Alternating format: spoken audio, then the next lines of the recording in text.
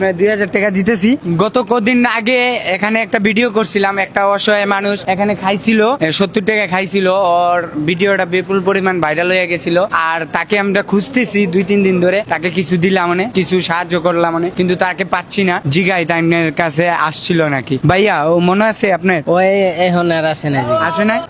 আমি একটা কথা বলতে চাই, কারণ এমন যদি কেউ আসে খাইয়া টাকা দিতে পারতাছে না, অসহায়, তারারে আপনার পক্ষে থাকি কিছু খাবাইয়ে দিবেন, বুঝছেন? এটার জন্য আমি আপনাকে কিছু টাকা দিয়ে যাব, বুঝছেন? আর দূর করা যাবে না, ঠিক আছে ভাই? মার দূর করবো না। আমি জানি আপনি মানুষ তো মারছে, এটা তো পোলাবেন মারছে।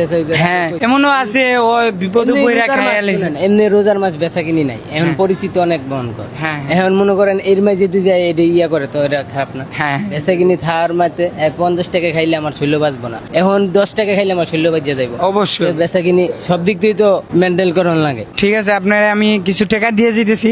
অসহায় মানুষ আসলে মনে করেন খাওয়াইবেন, যে যেটা খায় খাওয়াইবেন, খাওয়াই দিবেন, আপনার পক্ষে থেকে খাওয়াইবেন। টাকা লাগলে আরো দিব, বুঝছেন? আপনার 2000 টাকা দিতেছি, এটি রাখেন। হ্যাঁ দিবেন তো? হ্যাঁ অবশ্যই দিব না কেন, আপনার টাকা এটা আমার বিশ্বাস আছে, কারণ আমি আপনাকে ভালো টিকে চিনি। তো আমারে দিছেন, এটা জনগণ নাকি? হ্যাঁ, পাবলিক। অসহায় মানুষ দিচ্ছেন, হ্যাঁ। হেড টাকা আমি খাইতে আমার কোনো ইয়া নাই। না ঠিক আছে দর্শক, মেন উদ্দেশ্য আছিল ওরে যদি পাই তাহলে তারে কিছু টাকা দিব, কারণ যেমন ওই একটা ভালো ব্যবসা দিলে, ধরেন একটা ছোটখাটো ব্যবসা ধরাই দিতাম, তাহলে করতে পারতো, কিন্তু ওকে পাই নাই। না পাওয়াতে তাইনের কাছে 2000 টাকা দিয়ে গেছি। আর ও যদি ভিডিওটা দেখে, তুমি আইসো এখানে, আইসা ওর টাকা লাগলে তাইনের কাছে আমি নাম্বার দিয়ে যাবো, তুমি আমরা সাথে যোগাযোগ করে তোমার ভালো একটা ব্যবসা তোমাকে আমরা ধরাই দেবো। ওকে দর্শক, ভিডিওটা শেয়ার করে দেন, আর ভালো থাকেন, সুস্থ থাকেন, দেখা হবে অন্য কোনো দিন।